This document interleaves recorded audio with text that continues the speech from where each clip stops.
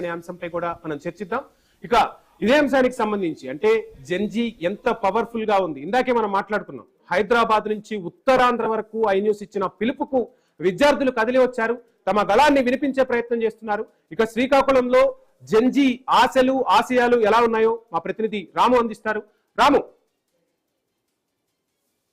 Vamsi, Gen Z అంటే ఇప్పుడు రాజకీయ పార్టీలకు వణుకు పుడుతుంది. 2 దశాబ్దాలుగా స్తబ్దంగా ఉన్న జెన్జీ ఇప్పుడు ఒక్కసారిగా యాక్టివ్ అయింది. తమ హక్కులను తామే ఆ పోరాటంతో తీసుకోవాలని ఒక ధ్యేయంతో ఈ జెన్జీ అనేది యాక్టివ్ అయింది అనుకోవచ్చు. ఇప్పుడు భారతదేశ వ్యాప్తంగా ఏదైతే మన జంతర్ మంతర్ వద్ద జరిగిన సన్నివేశం తర్వాత భారతదేశం మొత్తం కూడా జెన్జీ యాక్టివ్ అయింది. తమ హక్కుల కోసం తామే పోరాడాలని నిర్ణయించుకుంది. ఇప్పుడు మనతో పాటు కొంతమంది జెన్జీ యువత ఉంది, వాళ్ళతో కూడా మాట్లాడే ప్రయత్నం చేద్దాం. చూసుకోవచ్చు, విద్యా వ్యవస్థ మీద మీరు బలంగా కావాలనుకుంటే ఎలాంటి మార్పులు రావాలని కోరుకుంటున్నారు?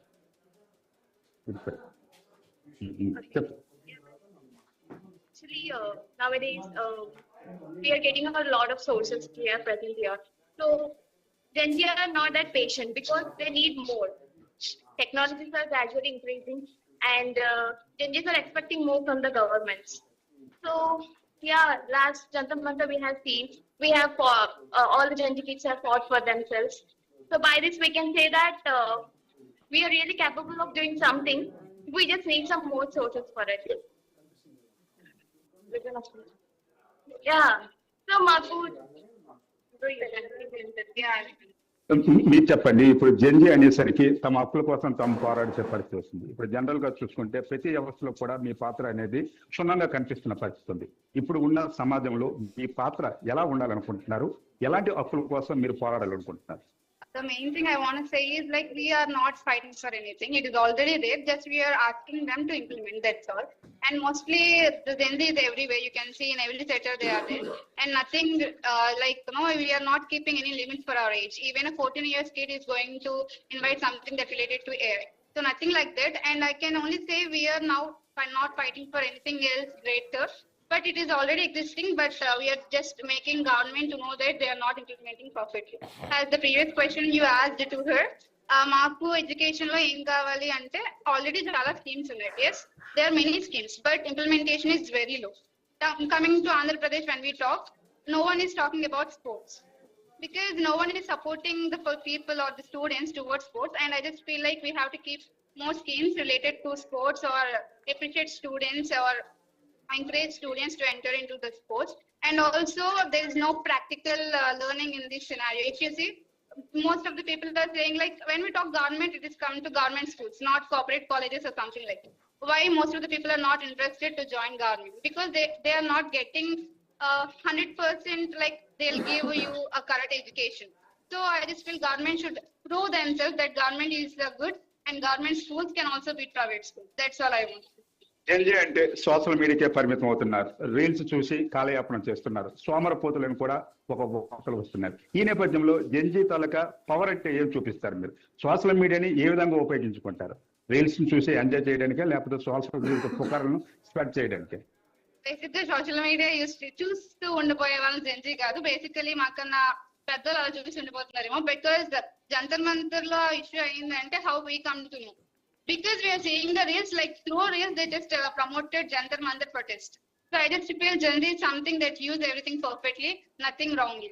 So we use social media platform as a tool and a power to motivate ourselves and to gather Gen Z at one place and do protest. If you see, Jantar Mantar has happened. How people come to know, how that many thousands of people came just because of social media. So Gen Z is not someone who rolls the reels on sitting on a bed, but someone who show what is world through the reels. Yeah.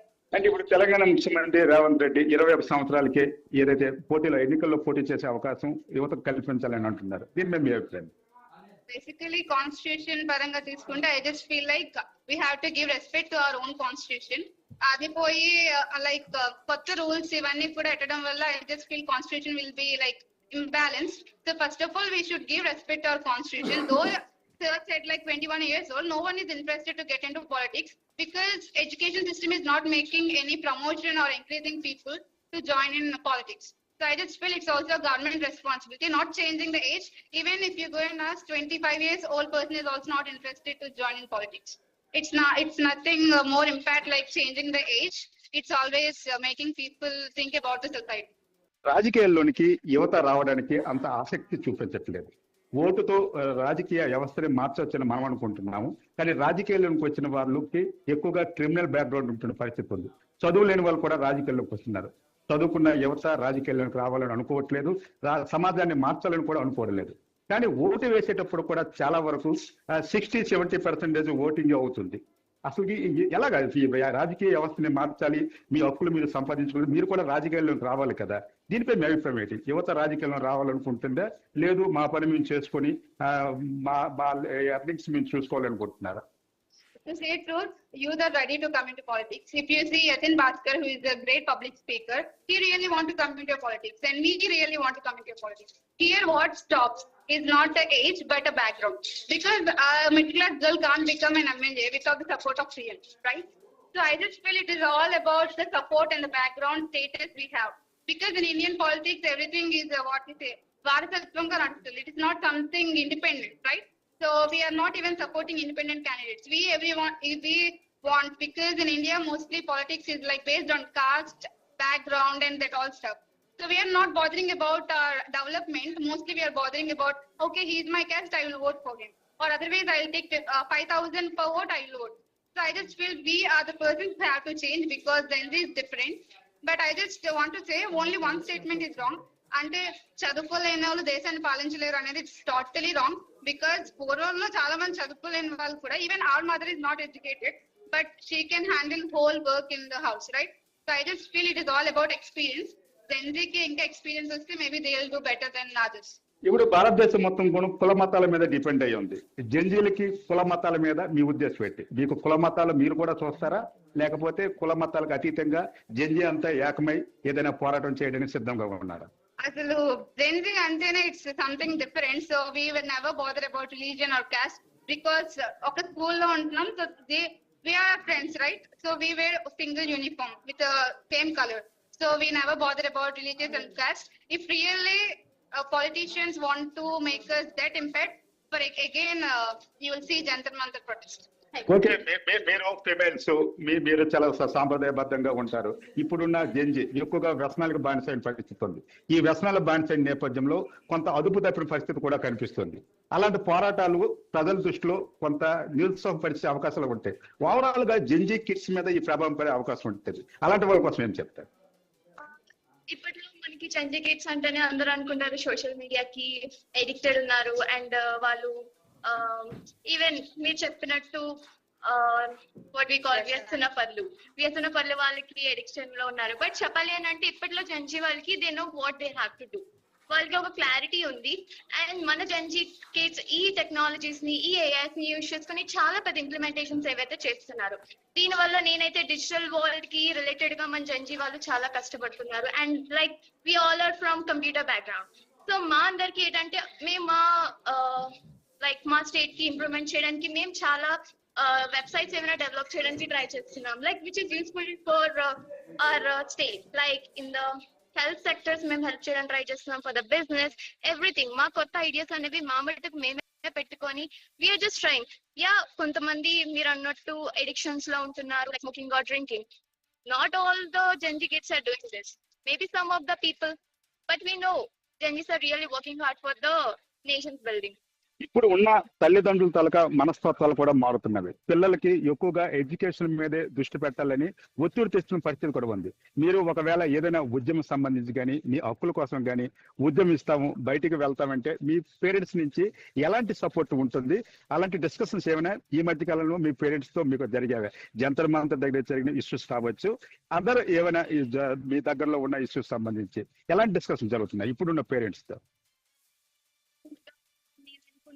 నేననే కాదు, మాకు కూడాను further studies చేసుకోవాలని ఉంటుంది. And మేము కూడాను like మేమున్న streams, data science, అలా డిఫరెంట్ స్ట్రీమ్స్ ఉంటాయి. వీటి మీద మేము చేయాలి అని అంటే మాకున్న సోర్సెస్ ఆంధ్రప్రదేశ్ లో కొంచెం తక్కువ అనిపిస్తాయి. మేము కావాలంటే వేరే స్టేట్స్ వేరే ప్లేసెస్ కి వెళ్ళి మాస్టర్స్ ఇన్ డేటా సైన్స్ అవన్నీ మేము చేసుకోవాలనుకుంటున్నాం. దానికే కాకుండా we want to go abroad also. అందులో కూడా మేము we want to prove our selfs. So recent గా పేరెంట్స్ కి చెప్పేటప్పుడు first they won't agree, but later on మనకు కూడా ఉంది, మనం కూడా చదువుకోగలం. We can get the scholarships, we can earn it and we can study. అది నేనైతే చెప్దాం అనుకుంటున్నాను. If parents are not supporting, just make them prove like you are capable of it, then parents automatic గా support చేస్తారు.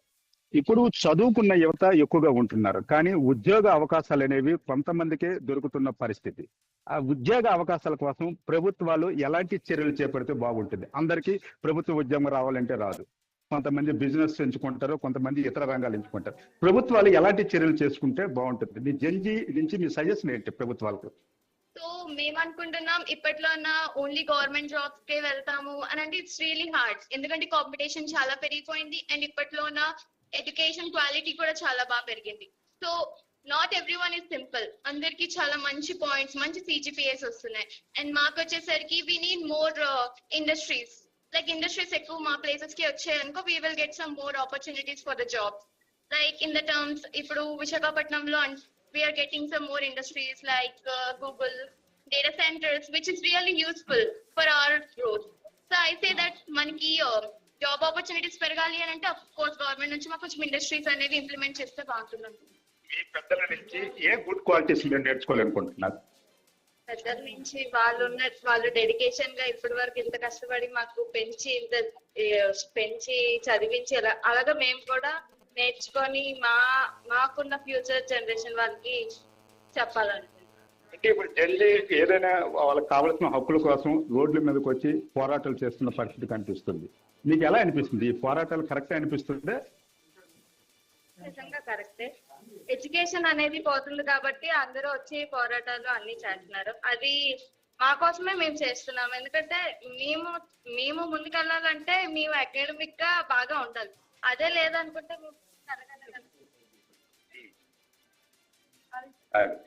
ఇంకా ప్రస్తుతం ఉన్న పరిస్థితుల్లో జనరల్ గా చూసుకుంటే రాజకీయ పార్టీలు కూడా అబద్ధపు వాగ్దానాలు ఇస్తున్న పరిస్థితి, అధికారం చేపట్టిన తర్వాత వాగ్దానాలు కూడా మరిచిన పరిస్థితి ఉంది.